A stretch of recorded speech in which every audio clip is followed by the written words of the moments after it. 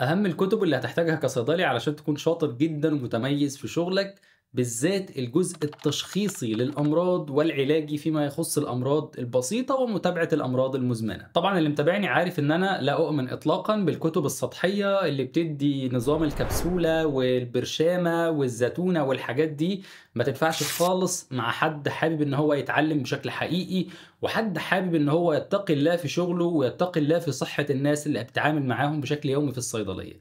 فمش هتلاقوا أي ترشيحات للحاجات بتاعة روشتة في ورقة في السريع، ولو جالك مش عارف عنده إيه ادّي له إيه والكلام ده، مش في القناة هنا خالص. فإحنا دايمًا كل كلامي وكل ترشيحاتي بيكون على text books، مراجع علمية موثّقة مُعتمدة على الevidence based medicine أو الطب المبني على الدليل أو الممارسة المبنية على الدليل. ندخل في الموضوع على طول.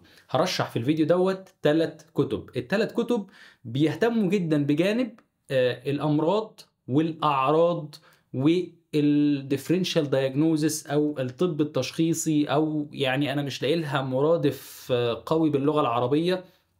ما وصلتش لمرادف لكلمة differential diagnosis. اللي يعرف المعنى بتاعها يبقى يكتبه لي في الكومنتات. ندخل في الموضوع ونقول أول كتاب. كالعادة أول كتاب دايمًا بارشحه، واللي اتفرج على فيديوهاتي عارف إن أنا دايمًا باركز على الكتاب ده، كتاب Community Pharmacy لدكتور بول راتر. هو كتاب بريطاني، الكاتب بتاعه بريطاني، وبالتالي بتلاقي دايمًا اعتماده على مراجع بريطانية وعلى literature أو evidence أو الأبحاث البريطانية أكتر. على كل حال الكتاب رائع جدًا، جدًا، جدًا.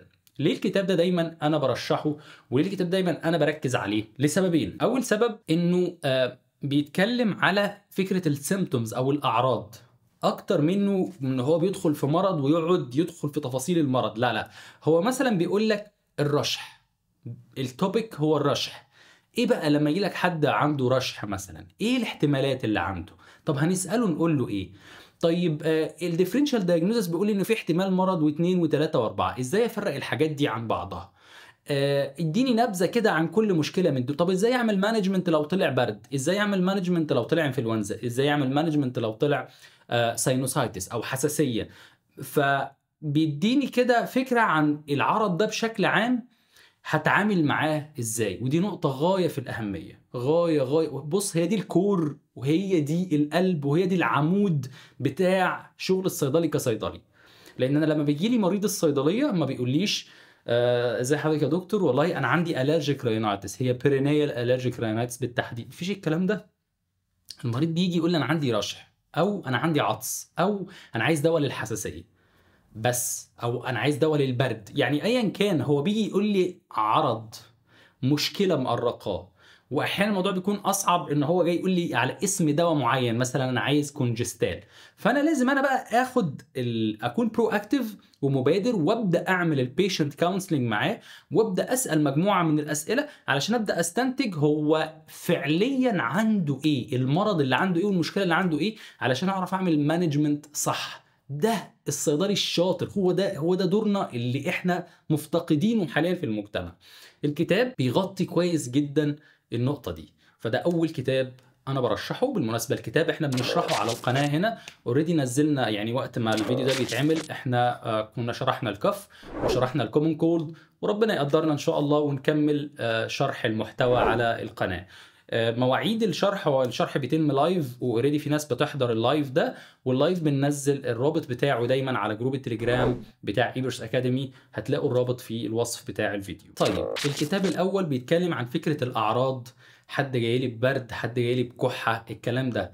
طيب الأمراض المزمنة والحاجات التقيلة والتفاصيل العميقة بتاعة الأمراض أجيبها منين؟ يعني مريض الضغط، الكتاب بتاع الكوميونتي ما بيكلمنيش عن ضغط ولا سكر، ما بيكلمنيش عن مريض الربو، ما بيكلمنيش عن البيبتيك ألسر، تفاصيل كتير مش موجودة في الكتاب ده، وأمراض كتير خطيرة بنقابلها بشكل شبه يومي في الصيدلية مش موجودة في الكتاب ده. أجيبها منين؟ هنا بييجي الترشيح التاني، سلسلة ديبيرو، كتب ديبيرو بتاعة الفارماكوثيرابي.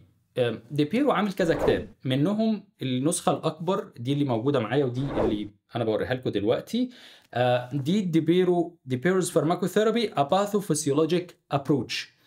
ودي النسخة الأكبر. الحقيقة إنه النسخة أو المجلد كله عبارة عن 7 كتب زي ده. الكتاب كبير وعميق وتفصيلي، وبيجيب تقريبا كل الحاجات اللي ممكن تعدي علينا في الصيدلية. بالتأكيد مفيش كتاب بيجمع كل حاجة في الدنيا، ولكن تقريبا كل الحاجات اللي هتعدي عليك في الصيدلية، أو نقدر نقول 90% من الحاجات اللي هتعدي عليك في الصيدلية هتكون موجودة في الكتابين اللي أنا ذكرتهم دول، كوميونتي فارماسي وكتاب الفارماكوثيرابي بتاع دي بيرو.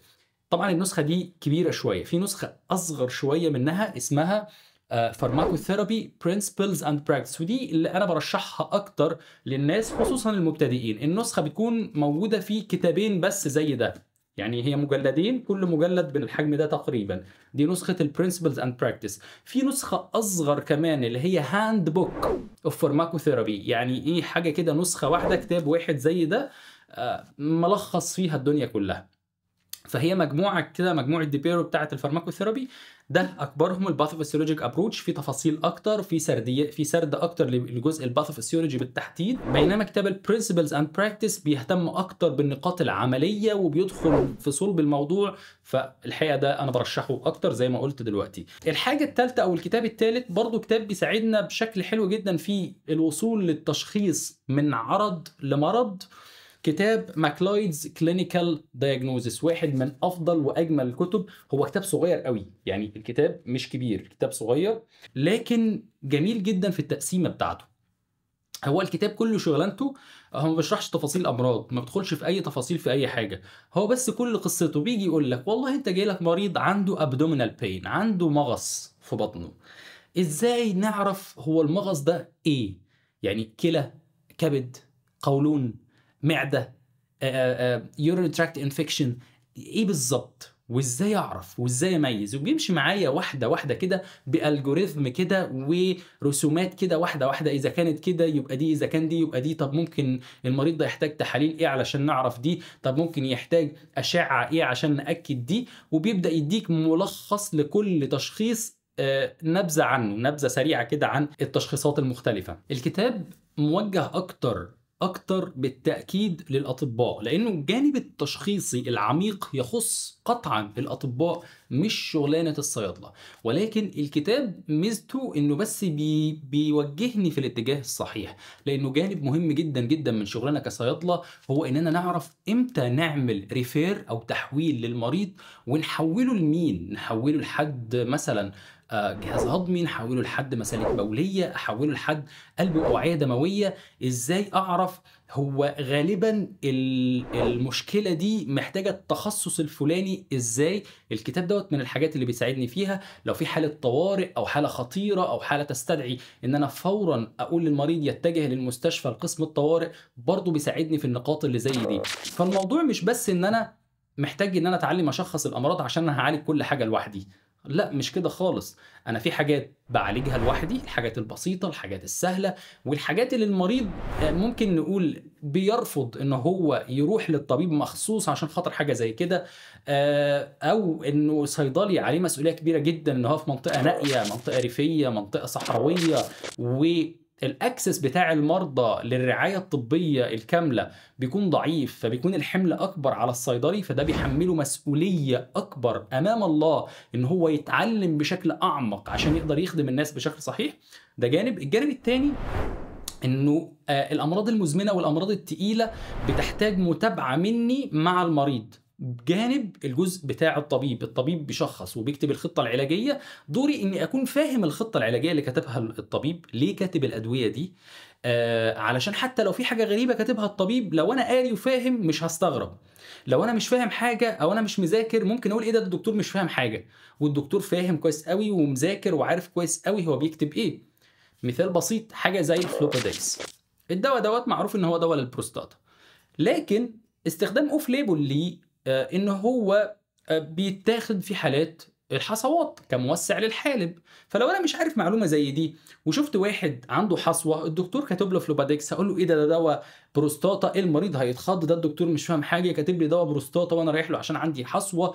انا هبوظ الدنيا وهقلب المريض على الدكتور، وهخلي المريض ما يلتزمش بالعلاج اللي هو اصلا المفروض ياخده علشان بالفعل هيحسن حالته. فاصبح انا بقيت بعك الدنيا في المنظومه الطبيه، بدل ما يكون انا دوري اني اعمل انتجريشن تكامل مع دور الطبيب، وانا اعمل فولو اب كويس مع المريض، وان المريض لما يجي بقى يشتكي لي ويقول لي ده الدكتور كاتب لي دواء مكتوب عليه ان هو للبروستاتا، ده الدكتور ده شكله مش فاهم حاجه، اقول له لا الدكتور فاهم كويس قوي، الدواء دوت للبروستاتا ولكن ليه استخدام تاني ان هو بيوسع الحالب علشان يساعد على نزول الحصوات. في حالات انا اللي بلقط المشكله او المصيبه اللي بيكون جايه لي وفورا بعمل ريفير لطبيب او اعمل ريفير لطوارئ، برضو دي من الحاجات المهمه جدا عندي. ففي كل الاحوال الجزء التشخيصي هو كورنر ستون، هو حجر اساس للصيدلي الشاطر في الصيدليه. فكره انه الصيدلي مش مهمته التشخيص، او انه الصيدلي شغلانته الدواء بس، او انه الصيدلي بتاع فارما وفقط، دي فكره خاطئه تماما تماما تماما. عايز بقى اكون متمكن قوي في الادويه، عايز اعرف تفاصيل كل دواء، الجرعات الصح ايه، الاستخدام الصح ايه، الادمنستريشن وطريقه التعاطي الدواء الصحيحه بتكون ازاي، الاستورج بتاع الدواء بيتخزن ازاي، طب لو اتفتح بيفضل معايا قد ايه، كل التفاصيل الخاصه بالادويه باذن الله هنفرد ليها فيديو مخصوص في برضه تفاصيل وفي التوصيات، ونذاكر منين ونتابع منين. تابعوا القناة وربنا يقدرنا إن شاء الله وما نقصرش معاكم، ربنا يقدرنا ودايما ننزل فيديوز مفيدة للصيادلة. دمتم بكل خير، إلى اللقاء.